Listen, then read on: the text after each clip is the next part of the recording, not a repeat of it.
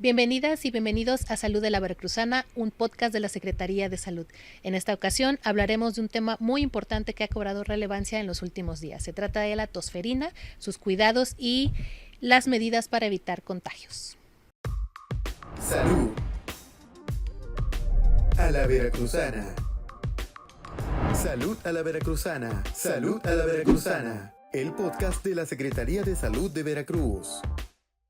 Para hablar de este tema, le agradecemos a la doctora Dulce María Espejo Guevara, encargada del Departamento de Vigilancia Epidemiológica de la Secretaría de Salud, por acompañarnos en esta charla. Bienvenida, doctora. Buen día, muchas gracias. Bien, doctora, pues para quienes nos escuchan y quienes nos ven también, le pediría que primero nos explicara qué es la tosferina. Pues mire, la tosferina es una enfermedad que podríamos llamarla común, de las transmisibles, ¿no? Generalmente es una enfermedad infecciosa que es producida por una bacteria que se llama Bordetella pertussis, específicamente por esa bacteria, y bueno, tiene un cuadro clínico pues muy característico, ¿no? Muchas de las personas en la comunidad le llaman coqueluche o le llaman tos ahogadora, porque justamente la característica fundamental es la tos, ¿no? Que es una tos intensa, digamos que se presenta por accesos. El paciente se siente que se ahoga, puede ponerse inclusive en ese mismo acceso, tener una coloración azul, morada en la cara porque siente que se ahoga, en los labios. Y este acceso que dura como, no sé, de 5 o 6 toseduras así seguidas, le dificultan la respiración, tiene secreciones y entonces el paciente siente que se ahoga. Después de eso el paciente queda como sudoroso y bueno, ya pasa el acceso. Después pasa un tiempo y le vuelve a venir otro acceso con estas características. Esa es la característica fundamental de la tos. Pero podríamos decir que la tosferina tiene como 3 etapas en toda la evolución de la enfermedad. En la primera semana es una enfermedad que dura casi un mes. Esa es otra característica que la diferencia de algunos otros padecimientos respiratorios. En la primera etapa se le llama etapa catarral, que dura de 1 a 2 semanas, como su nombre lo dice: catarro, secreción, escurrimiento nasal, lagrimeo, como si fuera una gripe. Pero posteriormente a eso viene la etapa que llamamos paroxística, que es justo la tos. ¿Por qué se le llama paroxística? Pues porque se presenta como en episodios, como le comentaba. Y tiene estas características, ¿no? Inclusive en el acceso el paciente tiende a vomitar de la intensidad de la tos. Esto dura 3, 4 semanas y viene la siguiente etapa, que llamamos de convalescencia, o sea, cuando ya los síntomas tienden a ir disminuyendo y ya, bueno, pues la tos se va quitando. Cualquier enfermedad respiratoria ya ve que la tos es el último que se queda, ¿no? O sea, y el paciente, pues en esta enfermedad es así, prácticamente la enfermedad puede durar 1 o 2 meses, sí. Y esto es a veces también molesto para las personas. Muy, ¿no? Molesto, porque sobre todo porque los accesos, sobre todo en los niños, que es el problema, los accesos casi siempre se presentan más en la tarde-noche. Entonces, para dormir, sobre todo en la mera etapa paroxística, pues es muy incómodo para cualquier paciente que la presente, ¿no? Se presentan en la noche los síntomas. Los síntomas. Oiga, doctora, entonces, ¿se podría confundir con alguna otra enfermedad, la tosferina? Pues con padecimientos respiratorios muy severos, pero hay un problema, digamos, un cuadro clínico que se llama síndrome coqueluchoide. Un síndrome es un conjunto de signos y síntomas, entonces, que tienen muy parecido al cuadro de la tosferina.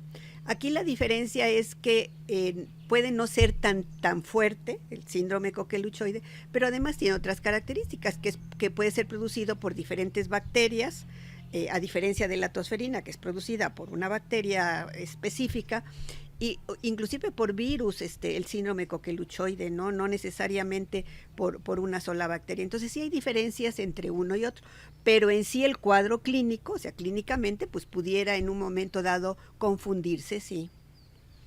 Como bien lo menciona, esta enfermedad afecta las vías respiratorias, ¿no? Pero ¿hay alguna temporalidad? Es decir, ¿se presenta más en temporadas de frío, de calor? ¿O cuál Pues es el, puede el presentarse objetivo? en cualquier época del año, pero sí, como todos los padecimientos respiratorios, su mayor frecuencia tiende a ser en la temporada invernal. ¿Por qué? Pues además porque bajan las temperaturas, la gente también está más en su casa, o sea, las casas están más cerradas. Eso favorece que haya más contacto físico entre las personas, y es una enfermedad que se transmite necesariamente por vía respiratoria. Puede transmitirse a través de las gotitas que los pacientes eh, emiten a la hora de toser. Puede ser también que se transmita por objetos contaminados con las secreciones de los pacientes, aunque la principal transmisión pues es vía respiratoria. Entonces en temporada invernal pues siempre hay un poco de más contacto físico entre las personas, ¿no? ¿Qué población está más expuesta a contagiarse y de qué manera les afecta? Pues mire, generalmente los más afectados son los niños menores de 5 años, aunque también puede dar en adultos, pero sí, la frecuencia mayor y el mayor riesgo para complicaciones pues es en los pequeños también. Doctora, en este sentido, la gobernadora ingeniera Rocío Nale García anunció recientemente que se llevará a cabo una campaña de vacunación contra la tosferina y también aseguró que hay abasto de estas vacunas en los centros de salud principalmente, ¿no? Para aquellas personas que están con la incertidumbre de que si se van a tener los medicamentos o la vacuna específicamente para la tosferina. Sí, mire, esto para nosotros es excelente para el sector salud porque efectivamente esta es una de las, primero, la tosferina es una de las enfermedades consideradas como prevenibles por vacunación, que quiere decir que tenemos un elemento, una acción específica que la puede evitar o evitar las complicaciones. Eso es muy importante. Hay padecimientos para los que no hay vacuna, no hay tratamiento y demás, pero aquí hay vacuna. De tal manera que sí, yo aquí el exhorto a la población es que a veces cuando no hay problema de que la transmisión no se esté dando, las personas no necesariamente les gusta ir a vacunarse porque dicen que las vacunas les causan problemas pero no, pues es el medio a través del cual vamos a evitar pues muchas complicaciones, inclusive la muerte, ¿no? En los pequeños. Entonces sí es importante el llamado a la población a que lleve a sus niños a vacunar. Desde la vacuna se aplica a los 2, a los 4, a los 6 meses, que es el esquema, más una revacunación a los 18 meses y una nueva revacunación a los 6 años. Entonces, esto es muy importante para los pequeños, para los niños. Pero no quisiera dejar de mencionar la importancia que tiene en las mujeres embarazadas. Mire, los casos que ahorita se han presentado generalmente son en niños menores. Inclusive tenemos casos en niños de 1 mes. Esta edad, nosotros la llamamos que es una edad no programable, o sea, todavía no está en la edad en la que inicia su primera dosis, que es a los 2 meses, lo ideal. De tal manera que la única manera de poder proteger a estos niños es que su mamá, la mujer en el embarazo, se vacune, y ya hay vacuna para ello, ¿no? Que se recomienda aplicarla después de la semana 20, y lo ideal pues que es como entre la semana 30, por ejemplo, ya. ¿Para qué? Porque para que tengamos el mayor efecto en el recién nacido, ¿no? Igual que el tétanos, la mujer embarazada se vacuna, que es la vacuna igual para prevenir el tétanos neonatal. O sea, eso es muy importante. La mamá va a contribuir a que a disminuir el riesgo de que su bebé en los primeros 2 meses pudiera adquirir la enfermedad, y como su sistema inmunológico a esa edad está apenas en etapas de maduración, pues es muy fácil que pueda adquirir cualquier infección, y bueno, si hay transmisión de tosferina, pues sería una de las posibilidades de riesgo del pequeño. Además de la vacuna, que lo expresan ustedes, que son los expertos en salud, ¿Cuál es hay algún tratamiento que se brinda en los hospitales o centros de Pues salud mire, para este tema? aquí la recomendación es de que si el pequeño o el adulto que tiene un cuadro respiratorio agudo, sea cual fuere, y bueno, en especial ahorita estamos hablando de tosferina, pues no se automedique y vaya a la unidad de salud, porque ahí va a recibir el tratamiento adecuado. Cada paciente, yo siempre digo desde el punto de vista médico, cada paciente tiene características diferentes y debe de ser manejado de acuerdo a sus características, a la etapa evolutiva de la enfermedad, a su situación. Entonces, la automedicación causa más problemas que beneficio, y entonces en las unidades de salud, por supuesto que le van a dar la atención que de acuerdo a su condición y a su situación requiera, ¿no? Doctora, recuerdo al reciente boletín epidemiológico de la Secretaría de Salud Federal. ¿Cómo se encuentra Veracruz en contagios de esta enfermedad? ¿Es un tema para alarmarse? No, mire, yo creo que no. Sí tenemos todavía algunos casos ya registrados y se van a seguir presentando casos. Le quiero decir que no solo a nivel de Veracruz, sino a nivel del país, e inclusive la Organización Mundial de la Salud ha manifestado a nivel mundial, sí se ha visto un incremento en la transmisión de este padecimiento y de otros transmisibles también prevenibles por vacunación, porque aquí podemos decir que antes de COVID las coberturas de vacunación pues estaban bastante elevadas. ¿Qué pasó con COVID? Se le dio como que se le dio prioridad a la vacunación de COVID, pero la gente permaneció mucho en sus casas y poco demandó la vacuna para el esquema vacunal que ya venía muy bien desarrollado en todo el país y en muchos países. Entonces, esto creó que las coberturas de vacunación pues bajaran. Entonces, ahorita lo que queremos es que todo niño que nace y todo niño que está en etapa de vacunarse pues esté protegido, sobre todo por la ventaja que le digo, la vacunación pues es fundamental. Si es una emergencia o no, es una enfermedad que podíamos considerar que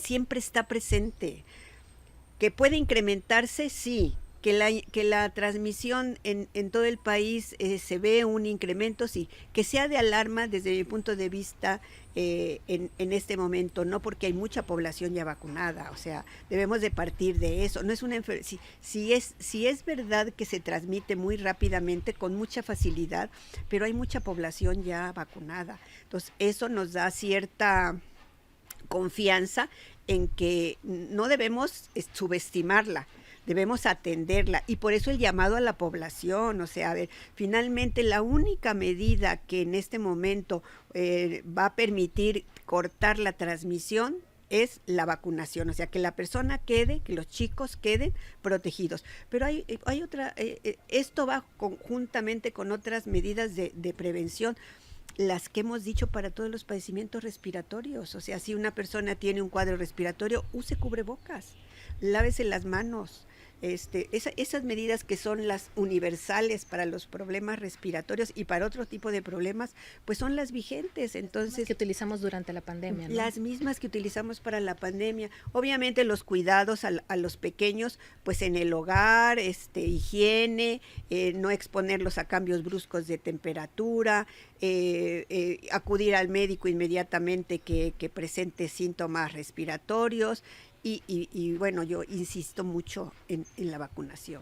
Mencionaba hace un momento la no automedicación. ¿Cuáles son los riesgos sobre este tema? Mire, la automedicación, los medicamentos que son administrados no por personas que conocen y que son para una cuestión específica, o sea, la automedicación puede darles desde intoxicaciones, reacciones alérgicas, retrasa el tratamiento oportuno, puede causar resistencia, porque muchas veces se automedican antibióticos y eso pues es muy riesgoso, porque puede causar resistencia a los microorganismos para los que está hecho. O sea, es un sinfín de complicaciones que más complicaciones les pueden causar que beneficio, ¿no? Siempre hemos considerado que la automedicación es muy riesgosa. Y por eso es muy importante mencionar que ante cualquier síntoma de los que mencionó la doctora, se acuda a algún centro de salud, de la Secretaría de Salud, a los hospitales o incluso cualquier hospital, ¿no? Sí, a cualquier unidad de salud. Para precisamente recibir la atención adecuada sobre este tema.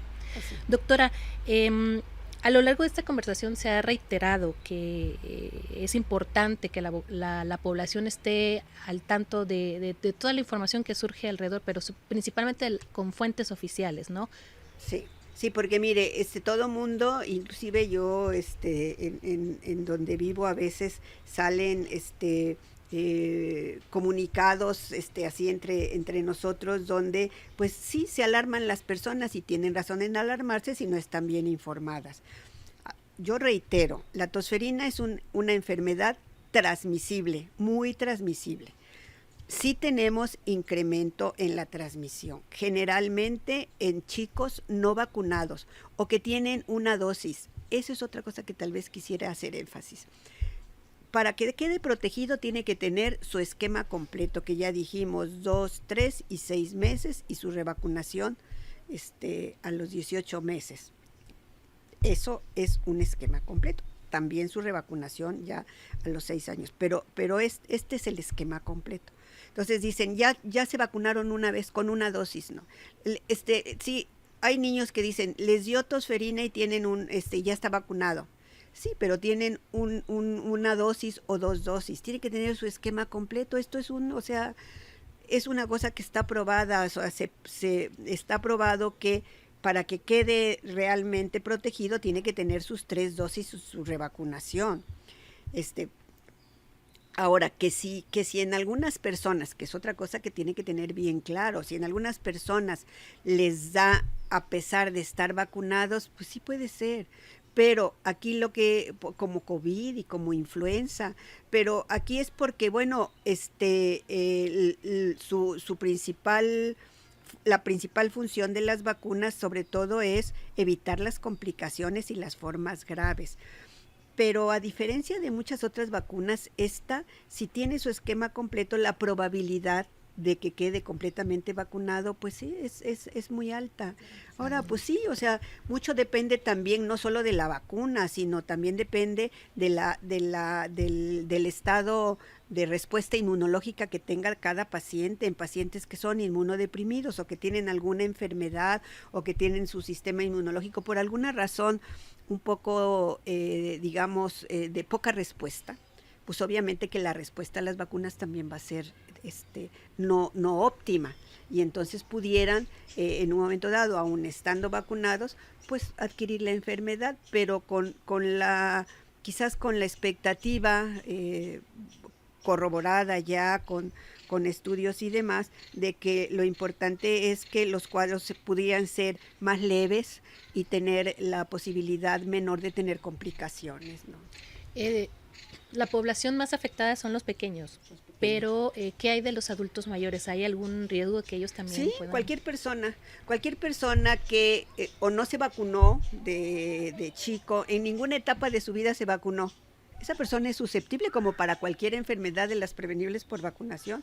Si nunca se vacunó y nunca padeció la enfermedad, porque la enfermedad sí crea inmunidad y generalmente es permanente, pero como todo, ¿no? O sea, si sus defensas bajaron, ¿no? Pues también se puede enfermar. Pero sí, definitivamente, si es adulto mayor y no se vacunó, o ya sus defensas están muy disminuidas, le puede dar la enfermedad. Y sí, como todo, los adultos mayores ya también somos propensos, pues, a que los problemas sean más severos, ¿no? Sobre todo los problemas respiratorios. Pero sí, no hay vacuna para adultos, sino estarse cuidando, buena alimentación y acudir al médico inmediatamente, que un cuadro respiratorio es un cuadro serio en cualquier persona se le puede complicar. Obviamente en los extremos de la vida, tanto en los menores como en los adultos mayores, pues tiende a ser de mayor riesgo. Doctora, vemos que trae aquí una cartilla de vacunación. ¿Nos podría explicar en qué consiste, cómo funciona? Bueno, es importante que cuando las mamás lleven a sus pequeños a vacunar, lleven su cartilla de vacunación para que ahí, como ahí dice la vacuna que le van a aplicar y además le dicen cuándo le toca su segunda dosis o su tercera dosis o si es el refuerzo, le dicen qué tipo de vacuna fue. Entonces ella es para llevar su control y que no se olvide de las fechas en que tiene que acudir a llevar a su... Pero además le van a dar todas las recomendaciones necesarias para después de la vacunación, qué cuidados debe de tener. En fin, esto es un documento muy importante para llevar el control de la salud de su bebé.